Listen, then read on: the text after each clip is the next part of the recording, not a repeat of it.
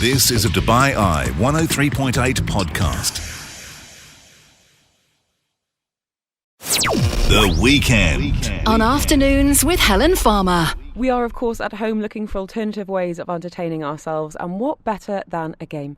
Joined on the line now by Aleks. He is from Back to Games. They've got 2 retail outlets, but now also offering at-home delivery for all of our entertainment needs. Tell us a little bit about Back to Games. Where, why, and when did it all get started, Alexander? Where, why, and how? Well, that was the boss. He's from Canada. He had a look around, saw that they had game stores kicking around over there, and decided, you know what, Dubai's missing one of these. So he decided to build his own. It started off as a very small kiosk in Dubai Mall. After that, he moved over to Abu Dhabi, where the first store opened on Reem Island. Then we opened the Dubai store over here in Times Square. And then we shifted the Abu Dhabi one to Al Wahda Mall in Abu Dhabi. And it's been growing ever since. We're just slowly trying to infect more and more people. Infect. Good joke. With board games and basically an alternative activity to do rather than just going out and spending loads of money, which is what people normally do in Dubai. It is, although the alternative at the moment is, I guess, is screen time. And I think it's a really interesting time in terms of getting that balance, and family time and games can be a really good way of doing that. Do you think there is a big gaming community here, and what's it like? There is a decently sized one that's just been active for a while. Board games have had a massive resurgence in the past few years. So they've been keeping it alive. But as people have been discovering us and generally what a modern board game is, we're not just talking Monopoly or Risk or any of this extremely basic level stuff. We're talking about the Splendor, the Ticket to Ride, the new board games that have come out. People are actually saying, wow. I need you to educate us then. Tell us about the new generation of board game. What makes them so special, and why should I be investing my time and money in them? Well, the new generation of board games eliminates the most damaging thing about a board game like Monopoly or Risk, where your strategy is completely negated by a dice roll. Mm-hmm. So you're just relying on luck. In these cases here that we have now, yes, there are games entirely based on dice, but that's kind of the point of them. They are fun, dumb luck, and that's their shtick. But the other games that we have is tiny bit of luck, like 2%. The rest is pure strategy. That way you can actually feel like you've planned out a move and executed it, and there's no really better way of doing it. You get the win. So what's the kind of the hottest game right now when we think about whether that's a new release or one that's kind of enduringly popular over the last couple of years? What are people getting excited about? Well, there's a lot of board games. Let's say the top one at the moment is a 10-kilogram heavy 90-hour to complete board game. That's so that perfect one is, for now. What's it called? It's called Gloomhaven, and it's massive and it's ridiculous. So if you've ever played World of Warcraft or some adventure game, It's basically that, massive, but on a table. Oh, wow. It's insane, yeah. But the one that I would recommend mostly for the listeners and just generally anyone who's willing to get into the hobby itself, there's Ticket to Ride, which is about building trains through the U.S. or Europe or wherever. There is Splendor, which is a resource management card game, and that one's actually just currently burning off the shelves incredibly fast. The funny one that has, I think we sold like 30 in 3 days, is the card game called Virus, where you're basically trying to create a healthy body by destroying the viruses, but you do it to each other. You're infecting each other and trying to heal yourself. Now, you've obviously seen something of an increase on online sales recently. Completely. Can you tell us about some of the most popular ones? Because you've got, and when I say a lot of games, thousands really in your repertoire. Yeah, we've got loads. And yes, the ones that I've already mentioned are really the ones that have been moving. So you've got Ticket to Ride, Splendor, there's Dixit, there's Virus, as I was saying.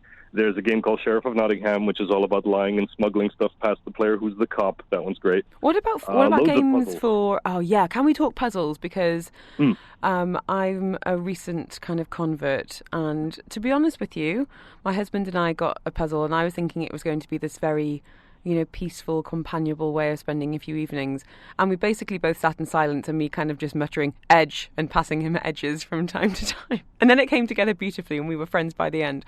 So that was a 1,000-piece we've done. We've moved on to a 2,000-piece. And I feel like jigsaws are kind of hot commodities at the moment. I've got friends who are like trading them and saying, I'll cream one over to you. What's going on with the puzzle love? Well, people just forgotten the simplicity of just sitting at home and putting together a puzzle. Everyone's just been so busy, and just Dubai in general. I've been here for 30 years. The place is just on fire. You're constantly running around doing stuff. So now that everyone's kind of cooped up, and there's like, okay, I've got Netflix, but I've seen it through. I'm tired. I've completed Netflix. Yeah, exactly. Infinite amounts of pictures on Instagram of all the same thing: clouds, coffee, whatever. Who cares? The point is, no one remembers just simply sitting down and putting a puzzle together and just having a beautiful picture that you can potentially frame. Like, I'm currently staring at a 6,000-piece world map puzzle we have right here. 6,000 piece? Oh, yeah, it's about 3 meters long. It's massive. Wow. What are some of your favourites to play and make then when you have your own leisure time? Oh, my collection is, at this point, 105 board games, and it really depends on what I feel like that morning when I wake up or what the gang wants. So majority of the time, if it's just a large casual group, we like to play deception games because those are the easiest to handle at a large group. You can't get 12 people to focus on a very, very tough game for more than 20 minutes. So deception games are great for that. If it's a strategy game or something with a small group, it would be stuff like Splendor. It would be stuff like Lords of Waterdeep, Wingspan, which is incredibly hot worldwide. If you can even find a copy of that game, well done. Like, you've basically got gold dust. I was about to say, are there any games that are like holy grail material when in the community, whispers would go around, oh, I've heard he's got a copy. Oh, she managed to track one down. That would be it. This would be one of them. Yeah, really? This would be one of them. The Wingspan is one of those that is just constantly getting requests for it. We have an expansion pack for it, but getting the actual game itself... What's so good about it? It just flies off. What's the premise? The premise is it's running an aviary. So you've basically got a board of your own. This is the popular game? Right? We're running an aviary? Yeah, it's just birds. But the point is, it's been created by Stonemaier Games, which is a boutique board game company. They make some very high-end, very beautifully artworked games. So if you actually Google Wingspan at some point, you'll see the artwork of the birds is absolutely fantastic. And just the mechanic of how the game functions, it's a slow start that slowly starts to accelerate itself, and then just someone takes the win very quickly. And that's kind of the idea of it. It's an engine-building mechanic. That's what we call it in the industry. What are some of the most popular family games now, Alek, that would be suitable for children of, say, age 6+? We have plenty. So currently the hot stuff for that kind of age group is a very small game called Geist. It's a German game, or in English it's called Ghost Blitz, where it's just a set of cards and small items that sit on the table. And essentially when you flip over a card, you need to see what is missing. So if there is a white ghost, you grab the little white ghost. But if there's a blue ghost in a red bathtub or something, you need to find out what is missing, because it doesn't all fit the little images. The images don't fit the little pieces. So if the piece is not there or is not represented or a color is missing, you have to snag it as quickly as possible. Oh, right. So it's a bit of observation, bit of memory, a bit of reflex. Yeah, correct. That's exactly what it is. And that's been really, really crazy popular with everybody. And there's several different forms of it, and the kids tend to love it. We have stuff that goes up and up as the ages go up. So, for example, Quirkle is a great little version of dominoes with shapes and colors rather than the standard pips. And I play that with my friends, and we have a great time. So that it says 6+ on the box, but anyone can enjoy it. That's the best thing about games, isn't it? Because yes, it can be high strategy, and you can be very serious and into it and all absorbed. But sometimes there's like a meditation and just an enjoyment around puzzles or games. It doesn't absolutely correct. That's the whole idea of the board game. The age that is on the box does not mean it's for that age. It means a person of this age will understand what's going on, but otherwise a board game is for everyone.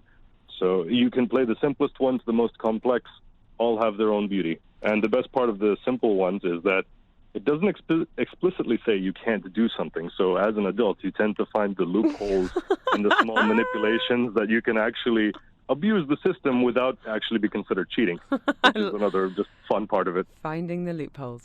Aleks, what's the best way of people getting in touch with Back to Games and ultimately ordering from you guys over the coming weeks? We are on multiple platforms, so we are on the Amazons, the Noons, all that. But if you want to help us out directly and just come to us, we do have the best price and the quickest delivery time comparatively. We go to backtogames.com, and our entire range is over there. You can get in contact with us on the Instagram as well, which is also Back to Games. You can actually see all of the different games we have there. Would you be happy to offer a bit of a gaming consultancy if I was to get in touch and say, there's going to be, 2 of us and we want to spend a couple of hours? Would you be happy to kind of do a bit of problem solving around what games we should be buying? As anyone who has actually visited the store will tell you, bumping into one of us is probably going to blow your mind most of the time, because we are just libraries in our head of what would be suitable for someone. I am of the more aggressive types who will be like, okay, player numbers, player experience, how many of you, how long do you want it to be? And I will grind down 3,000 games to the one perfect one that you need. Oh, it's like matchmaking. I love it. Thank you so much. Yeah. What are you going to be playing this weekend, Aleks? This weekend, I'm going to be painting my Warhammer figurines because I have been neglecting them. Oh, well, you get back to them. Stay at home, stay safe, and keep gaming. Appreciate your time. Thank you so much, Alexander. Thank you very much for the chat, and hope you have a great day. You've been listening to a Dubai Eye 103.8 podcast. To enjoy lots more from Dubai Eye in the United Arab Emirates, just go to DubaiEye1038.com or find them wherever you normally get your podcasts.